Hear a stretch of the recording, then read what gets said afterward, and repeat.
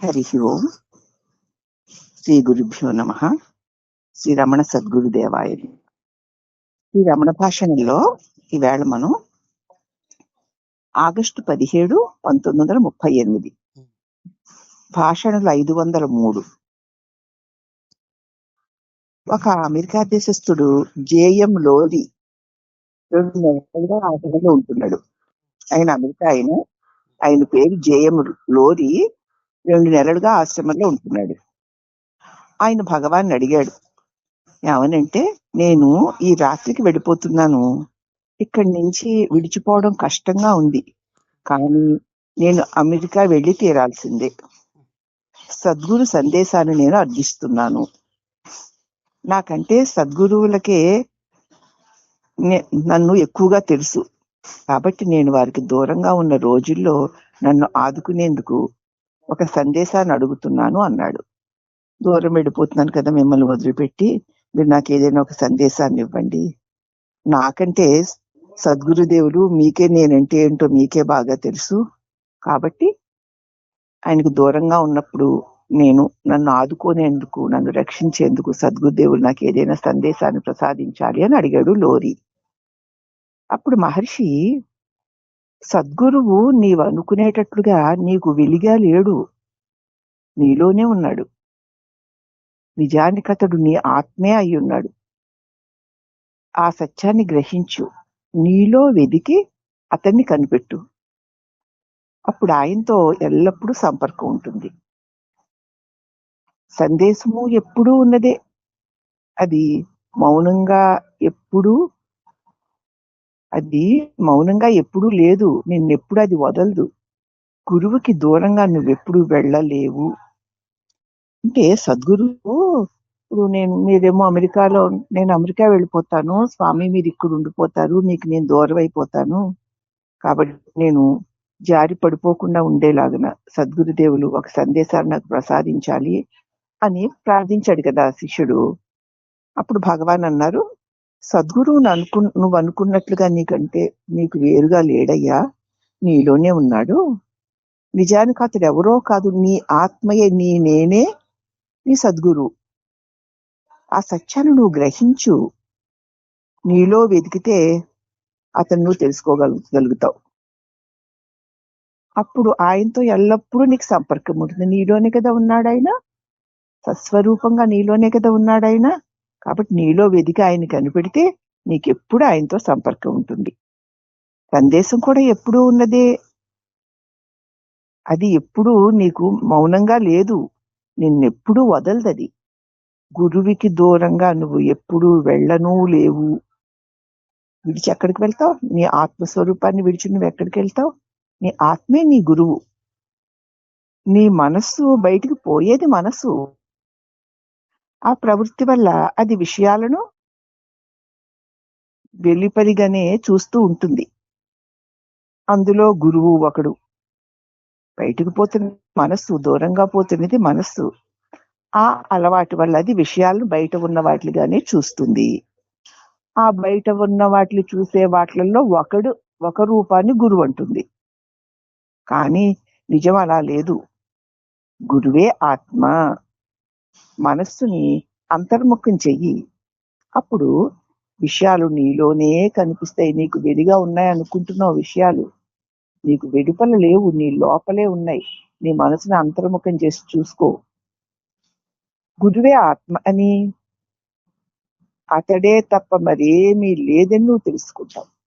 గురువే ఆత్మ, నీ స్వరూపం గురువే. ఆ ఆత్మస్వరూపం కంటే వేరుగా మరేదీ లేదు అని నీకు అంతర్ముఖమై నీవు నీలో ఉన్న గురువుని కనుక కనిపెట్టగలిగితే, గురువే ఆత్మని, అతడే తప్ప మరేది లేదు అని నువ్వు తెలుసుకుంటావు. అయితే నిన్ను దేహంగా భావిస్తావు గనక విషయాలు నీకు వెలివే అని నువ్వు నిశ్చయిస్తున్నావు. నిన్ను నువ్వు దేహం అనుకుంటున్నావు గనక ఈ విషయ ప్రపంచమంతా నీకంటే వేరుగా ఉంది అని నువ్వు నిశ్చయించేస్తావు.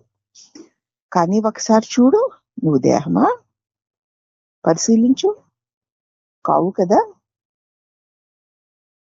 నీవే ఆత్మవి. సకల విషయాలు సర్వ ప్రపంచము ఆత్మ ఎందే ఉన్నాయి. ఆత్మ అంటే నీ స్వరూపము, అది ప్రకాశము, అది జ్ఞానము. సమస్త ప్రపంచము సకల విషయాలు ఆ జ్ఞాన ప్రకాశంలోనే కదా ఉన్నాయి. ఆ ప్రకాశమే నీ ఆత్మ, అదే నువ్వు. మరి అవన్నీ నీలో ఉన్నాయా, నీకంటే బయట ఉన్నాయా? లేవు. ఆత్మను తప్పిపోగలిగింది ఏదీ లేదు. నీ ఆత్మయే అయిన గురువుకి నువ్వు దూరంగా ఎలా వెళ్ళగలవు? నీ దేహం ఒక చోట నుండి మరొక చోటికి కదులుతుంది, కానీ ఆత్మను విడిచి దూరంగా వెడుతుందా? నీవు లేకుండా దూరం నిన్ను వదిలేసి ఆ శరీరం ఎక్కడికైనా వెళ్ళగలదా? నిన్ను వదిలేసి మనస్సు ఎక్కడికైనా వెళ్ళగలదా? అంచేత అలాగే గురువు లేకుండా నువ్వెప్పుడూ లేవు. నేను అంటున్నావంటే నీ నిజస్వరూపమైన నీ ఆత్మే నీవై ఉన్నావు. నువ్వు ఉన్నావు అంటే నువ్వు ఆత్మై ఉన్నావని. అది లేకుండా ఈ విశ్వం ఎక్కడ ఏదీ లేదు. నిన్ను విడిచి దేహం దూరంగా వెళ్ళగలదా? నిన్ను విడిచి మనసు దూరంగా వెళ్ళగలదా? ఒకవేళ దేహం ఎక్కడికి వెళ్ళినా ఆత్మని విడిచి లేదు. మనస్సు ఎక్కడికి వెళ్ళినా ఆత్మ అంటే నిన్ను విడిచి లేదు. మనసు ఎక్కడెక్కడ తిరుగుతోన్నా అక్కడక్కడంతా అది నిన్ను పట్టుకునే నీ ఆశ్రయంలోనే అది ఉండగలుగుతోంది. కాబట్టి నువ్వు దేహం నేను అనుకోవడం చేత నీకు విషయాలు బయటనున్నాయని భావిస్తావు. అంచేత నువ్వు దేహం కాదు, నువ్వు జ్ఞానస్వరూపమైన ఆత్మవి. ఆత్మవైన నీ జ్ఞాన ప్రకాశంలోనే దేహము, దేశము, కాలము, సమస్త దృశ్యము నీలో ఉన్నాయి తప్ప నీకంటే బయట అవి లేవు. నువ్వేమో బయట ఉన్నాయనుకుని ఆ బయట ఉన్న దృశ్యాలలో గురువు కూడా ఒక దృశ్యము అనుకుంటున్నావు కాబట్టి నీకు దూరం అనిపిస్తుంది. కాబట్టి నీలోనే ఉన్న నీ నిజస్వరూపం ఏదో అదే ఆత్మ, అతడే గురువు. దాన్ని విడిచి నువ్వు ఎప్పుడూ దూరంగా లేవు. ఈ సత్యాన్ని తెలుసుకో. గొప్ప ఇంకా ఇంత అంతని చెప్పడానికి వీలు లేనంత గొప్ప ఆత్మస్వరూపాన్ని మనకి ఇక్కడ రమణుల వారు అందిస్తున్నారు. మహర్షి పద్ధతుల్లో పరిచయం ఉన్న లోరి ఈ సమాధానానికి చెప్తుడయ్యాడు. మహర్షి చెప్పేటువంటి పద్ధతులతో పరిచయం ఉన్నా సరే లోరి ఈ సమాధానం చెప్పేటప్పటికి ఆశ్చర్యపోయాడు. నిజంగా లోరియే కాదు, ఇది వింటుంటే నాకెంత ఆశ్చర్యం అనిపించిందో. ఎంత అద్భుతంగా ఉంది. నన్ను విడిచి మనస్సు ఉండగలదా? నన్ను విడిచి దేహం ఉండగలదా? నన్ను విడిచి ప్రపంచం ఉందా? ఎంత అద్భుతమైన మాటని ఎంత తేలిగ్గా చెప్పారు భగవాను. ఎంతో భగవాన్ పద్ధతితో పరిచయం ఉన్న లోరీ కూడా ఈ సమాధానానికి చకితుడైపోయాడు. అతడు ఉద్విగ్నుడైపోయాడు. వారి అనుగ్రహం నిరంతరం తన ఎడల ఉంచమని మళ్ళీ ప్రార్థించాడు. ఇప్పుడు మహర్షులు వారు అంటున్నారు, గురువు ఆత్మ కాబట్టి అనుగ్రహం ఆత్మ కంటే వేరుగా ఉండదు కదా. మళ్ళీ అనుగ్రహం ఎందుకు? గురువే ఆత్మ, మరి అనుగ్రహం ఆత్మ కంటే వేరుగా ఉండదు కదా. లోరి అత్యంత భక్తి భరితుడై మహర్షికి నమస్కరించి సత్యాన్ని ఎరిగే శక్తిని అని అర్థించాడు. ఇది చెప్తున్నారు, బాగానే అర్థమవుతోంది. గొప్ప అద్భుతమైనటువంటి దివ్య ఆనందం కూడా కలుగుతోంది. కానీ ఆ సత్యాన్ని స్పష్టంగా తెలుసుకునే శక్తిని ప్రసాదించాలి అని మళ్ళీ ప్రార్థించాడు. అప్పుడు మహర్షి, ఆత్మ సిద్ధి లేని క్షణాన్ని నువ్వు ఎరుగుదువా? ఆత్మకి వేరుగా ఎప్పుడైనా నువ్వు ఉండగలవా? నీవెప్పుడునూ ఆత్మవే అయ్యున్నావు. నీవు లేని క్షణం ఉందా చెప్పు? నేను లేనుగానండి, క్షణాలున్నాయి, గంటలున్నాయి, రోజులున్నాయని ఎవరైనా అంటారా? నేను లేని క్షణం ఉందా? ఆత్మ లేని క్షణం ఉందా? ఆత్మకి వేరుగా ఎప్పుడైనా నిన్ను విడిచి నువ్వు వేరుగా ఎప్పుడైనా ఉన్నావా? ఎందుకంటే నువ్వెప్పుడు శాశ్వతమైన ఆత్మవే అయ్యున్నావు అన్నారు భగవాన్. అప్పుడు ఆ లోరి అంటున్నారు, మీరు సద్గురువులు, ప్రపంచమెల్లెడలా సంతోష ఆనందాలను విరజిమ్ముతూ ఉంటారు. మీ ప్రేమయా అపారము కావుననే మానవ రూపంలో ఈ భూమి మీద అవతరించారు.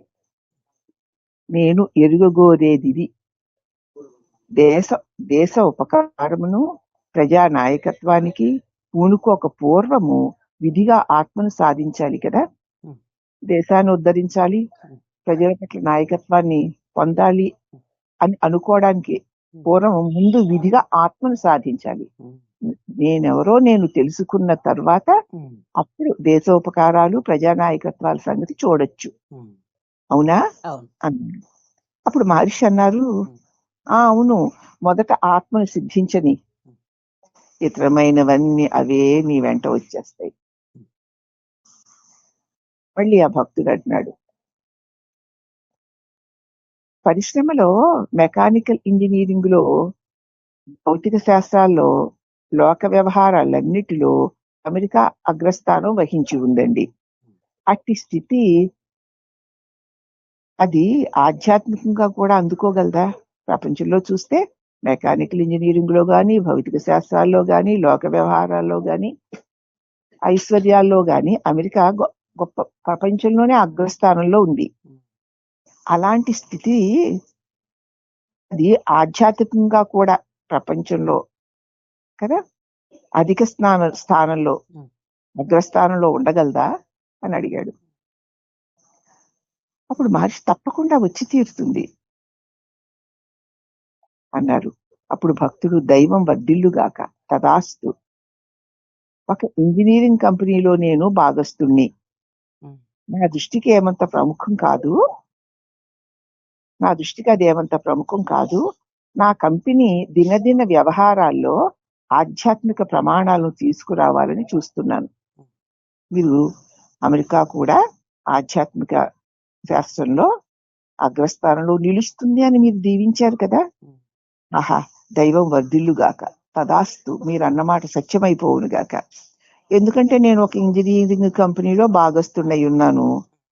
నా దృష్టికి అదేమంత గొప్పది కాదు, కానీ నా కంపెనీలోని దినదిన వ్యవహారాల్లో ఈ ఆధ్యాత్మిక ప్రమాణాలను తీసుకురావాలని నేను చూస్తాను అన్నాడు.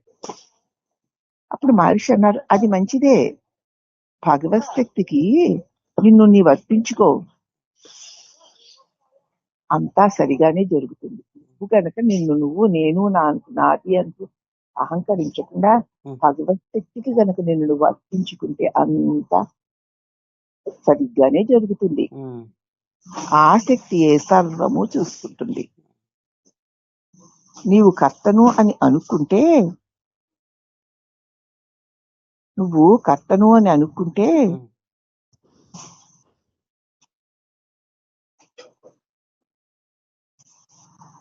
నీ కర్మఫలాల అనుభవించక తప్పదు. అలా కాకుండా దైవార్పణము అన్నావు, ఆ శక్తికి నువ్వు ఉపకరణంగా వెలుగుతావు. దైవార్పణం అనేసి ఆ శక్తి నిన్ను పరికరంగా తీసుకుంటుంది. అప్పుడు దైవ కార్యం కాబట్టి చక్కగా చేయగలుగుతావు. నేను నాది అన్నావా, నువ్వు చేసిన కర్మలకి ఫలితాలు అనుభవించక తీరదు. కాబట్టి నీ కార్యాలన్నీ వాని ఫలితాలతో సహా ఆ శక్తియే తన మీద వేసేసుకుంటుంది. దైవార్పణం అన్నావంటే చాలు, నువ్వు చేస్తున్న పనులు వాటి ఫలితాలతో సహా ఆ శక్తి తన మీద వేసుకుంటుంది. ఇంకా అప్పుడు నిన్ను బాధించవు, బంధించవు. పని ఏమో ఏ అడ్డు లేకుండా హాయిగా సాగిపోతుంది. నీవు ఆ శక్తిని గుర్తించినా గుర్తించకపోయినా వివిధ విధానాల్లో, విధి విధానాల్లో మరేమీ ఉండదు. నువ్వు గుర్తించినా గుర్తించకపోయినా సమస్త జీవుల చేత ఆ మహాశక్తి పనిచేయిస్తుంది. నువ్వు గుర్తించినా గుర్తించకపోయినా విధి విధానాల్లో ఏ మార్పు ఉండదు. ఉండేది నీ దృష్టి భేదమే. నాది అనుకుంటున్నావంటే నేను నువ్వే ముడేసేసుకుని బాధలు తెచ్చేసుకుంటున్నావు. నీ దృష్టిలోనే ఉంది భేదం. రైలు బండిలో పయనిస్తూ నెత్తి మీద నీకు మోపులు ఎందుకు? నీ బరువు నీ నెత్తిపై ఉన్న బండిలో ఉన్న నీతో సహా బరువుని రైలు బండి కదా లాగుతోంది. కాబట్టి నెత్తిపై ఉంచుకుంటే నువ్వు అనవసరంగా కష్టపడతావు. బండికి ఏమైనా బరువు తగ్గుతుందా ఏమి? కాబట్టి ప్రపంచంలో వ్యక్తుల కర్తృత్వ భావన అలాంటిదే. ఈ ప్రపంచంలోని వ్యక్తులందరూ నేనే చేస్తున్నాను, నేను చెయ్యాలి, నాది, ఇలా చేయకపోతే ఎలాగా, అలా చేయకపోతే ఎలాగా, ఇలా చేయడం కష్టం, అలా చేయడం తేలిక, ఇలా అయితే లాభం, అలా అయితే నష్టం అనుకుంటూ వ్యక్తులు కర్తృత్వ భావాన్ని తమ మీద వేసుకుంటున్నారు, దాన్ని మోసుకుంటున్నారు. కానీ అన్నిటినీ నడిపిస్తున్నదా మహాశక్తే. నేనే చేస్తున్నాను అనుకుని నిన్ను నువ్వే బరువులు ఎత్తుకుంటున్నావు. ప్రపంచంలో వ్యక్తులందరూ కూడా ఈ కర్తృత్వ భావన పెట్టుకుని అలాగే బ్రతుకుతున్నారు. అందుకే భయాలు, భ్రాంతులు, కంగారులును. అప్పుడు ఆ భక్తుడు అన్నాడు, 20 ఏళ్లుగా వేదాంత అధ్యయనం చేస్తున్నాను. ఎందరో ఏవేవో అనుభూతులను పొందాము అని అంటున్నారు.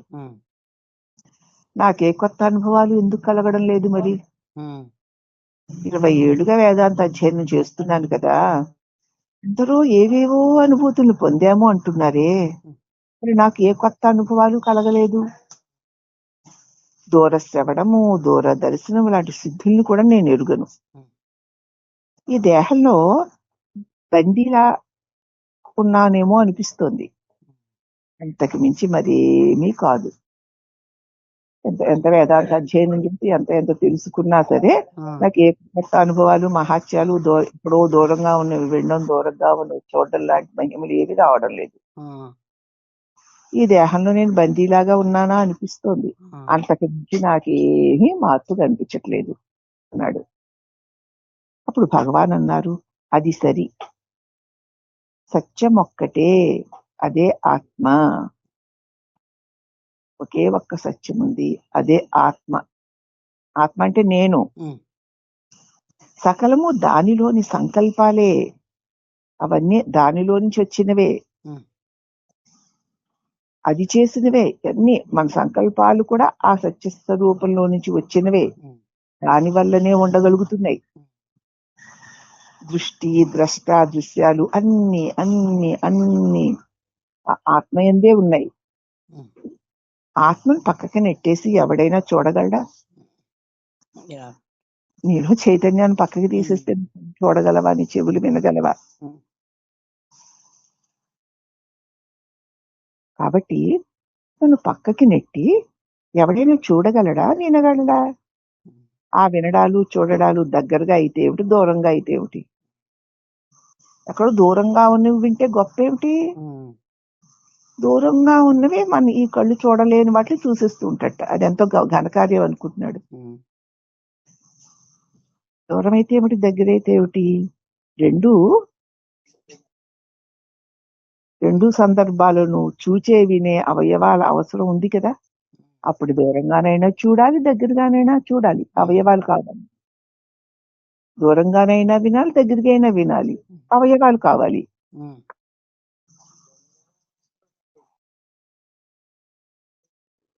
కాబట్టి ఆ అవయవాల్ని నువ్వు విడిచిపెట్టి ఉండలేవు. అలాగే మనస్సు కావాలి. మరి విధం ఏదైతేనేమిట్లే, అంటే పద్ధతి ఏదైతే ఏమిట్లే, వానిపై ఆధారపడక తప్పదు. ఏ రకంగా చూసినా, దూరంగా ఉన్న వాటిని చూసినా, దగ్గరగా ఉన్న వాటిని చూసినా, ఎప్పుడో జరగబోయే వాటిని తెలుసుకున్నా, ఇంతకుముందు జరిగిపోయిన వాటిని తెలుసుకున్నా, అక్కడ ఇంద్రియాలు, మనస్సు ఉండి తీరాలి. వాటి మీద ఆధారపడి తప్పదు. అటువంటప్పుడు దూరశ్రవణ, దూరదర్శనాల మీద వ్యామోహం ఎందుకు? అప్పుడైనా దేహేంద్రియ మనోబుద్ధులు ఉండాలి, ఇప్పుడైనా దేహేంద్రియ మనోబుద్ధులు ఉండాలి. అలాంటప్పుడు దూరంగా వింటే ఏమిటి, దగ్గరగా వింటే ఏమిటి? అది కాక లభ్యమైనది నష్టమూ అవుతుంది. ఇప్పుడు సంపాదించామనుకో, ఏదో సిద్ధి, తర్వాత కొన్నాళ్ళకు పోతుంది. అవి శాశ్వతాలు కావు. శాశ్వతమైంది సత్యం ఒక్కటే. అది ఏమిటంటావా? నేనున్నాను, నేను వెడుతున్నాను, నేను మాట్లాడుతున్నాను, నేను పని చేస్తాను, ఇట్లు ఎన్నెన్నో అంటూ ఉంటావు కదూ. ప్రతి క్షణం నేను అని అనకుండా ఏదైనా చేస్తావా? ఆ అన్నింటిలో నేను సమానంగానే ఉంది. ఉన్నాను, వెడుతున్నాను, మాట్లాడుతున్నాను, పని చేస్తున్నాను అన్నవి వేరువేరుగా ఉన్నాయి, కానీ నేను సమానంగానే ఉంది కదా. నేనున్నాను అనేదే స్థిరము, ప్రధానము అయిన సత్యం. అదే లేకపోతే ఉన్నట్టు వచ్చినవి ఉండగలవా?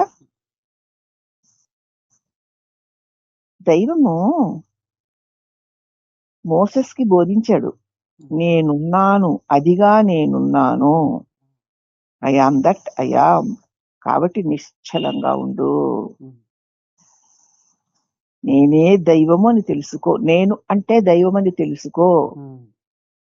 అట్లు నేనున్నాను, అదే దైవము. నేను దైవము, అది ఉండడము, దాని స్థితి. నేనంటే దైవం, అది ఉండడమే దాని స్థితి అని తెలుసుకో. ఇప్పుడు నేనున్నాను అని ఎరుగని వారు ఎవరైనా ఉన్నారా? ఎవరూ లేరు కదా. మరి నేనంటే దైవమే కాబట్టి ఉన్నాడు, లేకపోతే ఉండడుగా. అలాగే నువ్వు ఉన్నావని నీకు తెలుసు కదూ. లేను అని ఎప్పుడు అనలేవు. లేవడానికి కూడా నువ్వు ఉండాలి. కాబట్టి నీ కేవల స్థితి నీ మనస్సు నిశ్చలమైతేనే తెలియబడుతుంది. నిజస్థితి నీ మనస్సు ఆగితే తెలియబడుతుంది. వ్యక్తి వెలికి నిర్గమించే శక్తియే మనస్సు. వ్యక్తి నుంచి వెలుపలికి వెళ్లే స్థితిని మనస్సు అంటారు. దానిని లోపలికి మళ్ళిస్తే క్రమంగా అది స్తబ్దమైపోతుంది. అది ఆత్మస్థితి. వెలుపలికి వస్తే అనేకంతో తిరుగుతుంది, లోపలికి వెళితే తన మూలంలో ఐక్యమైపోతుంది. అదే ఆత్మసిద్ధి, ఆత్మస్థితి. నేను ఉన్నానుగా మిగిలిపోతుంది. నేనున్నాను, అదే సత్య సర్వస్వమై ఉన్నది. ఈ ఒక్క ముక్క ఎవరు ఎవరికి చెప్పక్కర్లేకుండానే నేనున్నానన్న అనుభవం అందరూ కలిగే ఉన్నారు. అదే ఆత్మస్థితి. మరి ఈ అజ్ఞానం ఎందుకు వచ్చిందంటే నేనుండబట్టి ఉన్నటువంటి దేహ ఇంద్రియ మనోబుద్ధులు నానా రకాల జగత్తు ఉన్నాయి. వాటి వల్ల నేనున్నాను అనుకుంటున్నాడు. అదే మోహం. ఈ మోహం పోవడానికి గాలి నుంచి శాస్త్రాలు, ఉపనిషత్తులు పోషలు చేస్తున్నాయి. అప్పుడు భక్తుడు అంటున్నాడు, ఆహా, ఈ విపులమైన వివరణము నాకెంతో బహుమానంగా ఉంది గురుదేవా. ఎంత విపులంగా వివరించారు. మీ వివరణ నాకేదో గొప్ప బహుమానంగా ఉంది అన్నాడు. అప్పుడు మహర్షి, బహుమానించేది ఎవరు? దేనిని? ఎవరికి బహుమానాలు ఇస్తున్నారు కదా. ఆత్మయే ఆత్మకి. తనకు తాను ఇచ్చుకునేది బహుమానం అవుతుంది ఏమిటి? ఎవరికన్నా ఏదైనా ఇస్తే బహుమానం తనకు తానే ఇచ్చుకుంటున్నాడు అన్నాడు. హృదయాన్ని గురించి భగవాన్ ఒక మాట అన్నారు. కుడి ఎడమల మాటల అవతల, కుడి ఎడమల మాటల్ని అవతల పెట్టు, ఎడమ అన్న మాటలు పక్కన పెట్టి, అది దేహాన్ని బట్టి కుడి ఎడమ అంటాం. హృదయమే ఆత్మ. అది కుడి వైపునుందా ఎడమ వైపునుందా అంటే దేహాన్ని బట్టి కుడి ఎడమలు గాని హృదయమే ఆత్మ. దాన్ని సిద్ధింపజేసుకో, అప్పుడు నీవే తెలుసుకుంటావు అన్నారు భగవాన్. భగవాన్ బోధలకి అద్భుతమైన ఆనందాన్ని పొందుతూ గౌరీ నమస్కరించి నెమ్మదిగా అక్కడి నుంచి వెళ్ళిపోయాడు. అప్పుడు నిజంగా మనసు శుద్ధమైన వాళ్ళకి భగవాన్ చెప్పిన బోధ అమృతపాయమే అవుతుంది. అది గొప్ప బహుమానమే. అంత గొప్ప బహుమానాన్ని ఇవ్వగలిగిన గురువు ఎక్కడా లేడు. తీసుకునే అర్హత మనకు ఉండాలి. ఆ అర్హతని సంపాదించుకోవడానికి ఈ రమణ భాషలు మనకి మంచి మార్గాన్ని సూచిస్తాయి. వినేసి అబ్బాయి ఎంత బాగా చెప్పారో అని అనుకోవడం కాదు. ఈ క్షణము నువ్వెవ్వరివన్నీ భగవాన్ చెప్పారో దానిని వదలకుండా మననం చేసుకుంటూ ఉంటే ఆత్మసిద్ధి కలుగుతుంది. హరి ఓం నమః.